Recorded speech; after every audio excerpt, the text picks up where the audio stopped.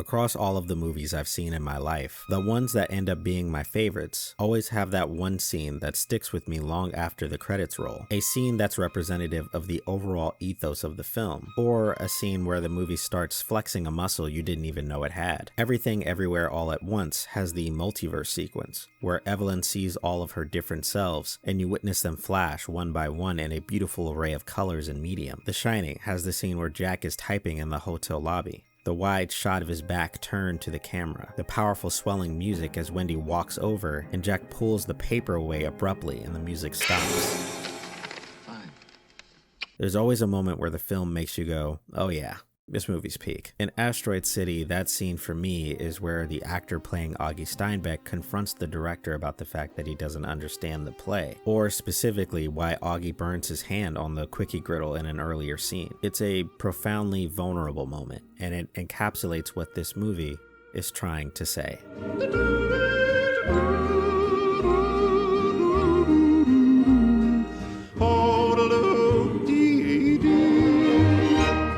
Asteroid City is about dealing with grief. Well, to be frank, most Wes Anderson films are, in some shape or form. Stories about broken people dealing with something, tackling tough emotional topics related to the human experience in a quirky, whimsical fashion that draws the viewer in without them realizing how dark some of the subject matter is. They can be heavy, but always keep a sense of hope at the end of the tunnel, which I respect. Humanity is messy and unforgiving, but there is good and potential at every corner. Asteroid City is a creative, mystical film about the chilling unknowns of human existence. Augie Steinbeck, his son Woodrow, and his 3 daughters end up stranded in a strange desert void-like rest stop known as Asteroid City. It behaves as this sort of purgatory where things come to pass, decay, or become new. A vast orange desert and a looming sky traps our characters in its setting, but will let them go once they're ready. The Steinbecks are on their way to Augie's father-in-law's home after the death of Augie's wife. Augie himself is not taking his wife's passing very well. Even though he tries to maintain this even-keel aura about him,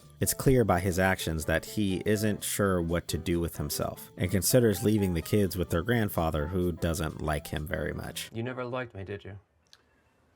I never loved you. You always thought I wasn't good enough for him. Yes, we're saying the same thing. Augie is lost, and he's not the only one. The film is framed as a documentary about a play, jumping between the events of the play and the behind the scenes. It creates this parallel between the characters in the play and the actors playing the characters. Their behaviors, motivations, and personal stories seem to mirror each other. Does life become art, or is it the other way around?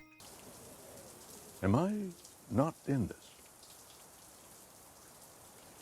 Excuse me? Our cast within this play within a documentary will deal with their own unknowns as they struggle with grief, autonomy, love, and aliens. I've always enjoyed how Anderson is able to juggle multiple characters and plot lines so seamlessly. The people who found themselves in the void that is Asteroid City are eccentric in their own way and have their own stories for ending up stuck here. A traveling band ends up stranded, and one of the members falls in love for a teacher who chaperones students on a field trip. Government agents keeping an eye on the families who are here for the Stargazers Award for the inventions the kids have created. For a movie about characters being stuck in the middle of nowhere, it has a strong sense of forward momentum, only slowing down for scenes where characters share deep emotional connections. The familiar charm of Wes's dialogue is at its best in Asteroid City. Characters speak flat and direct with hints of poetry. The back and forth of literal to metaphorical speak is where some of the film's most profound lines exist. It borders on musical and Shakespearean. It's also pretty funny. Anyway, I'm sick of her face, but I love her voice.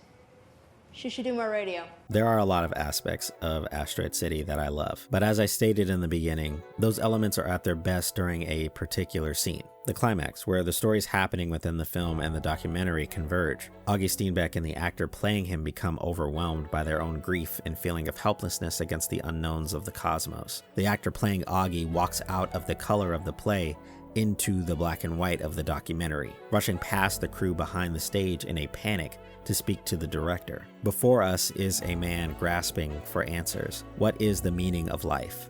Why do people die? Who is the alien? Why did he take the rock? Why did he bring it back? What are the secrets of the universe? Why did Augie burn his hand on the quickie griddle? Am I doing it right? I still don't understand the play. Doesn't matter. Just keep telling the story. You're doing them right.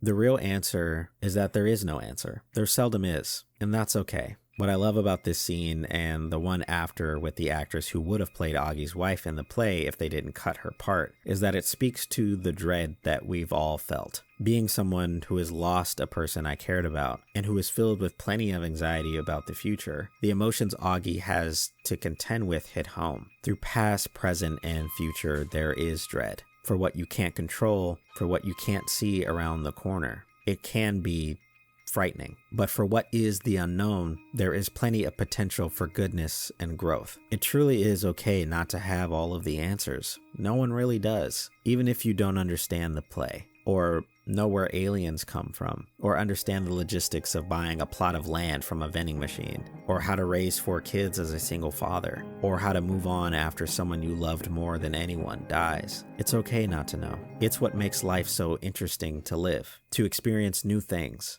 and try for just one more day. No one really knows what's out there, but just keep going. You're doing just fine.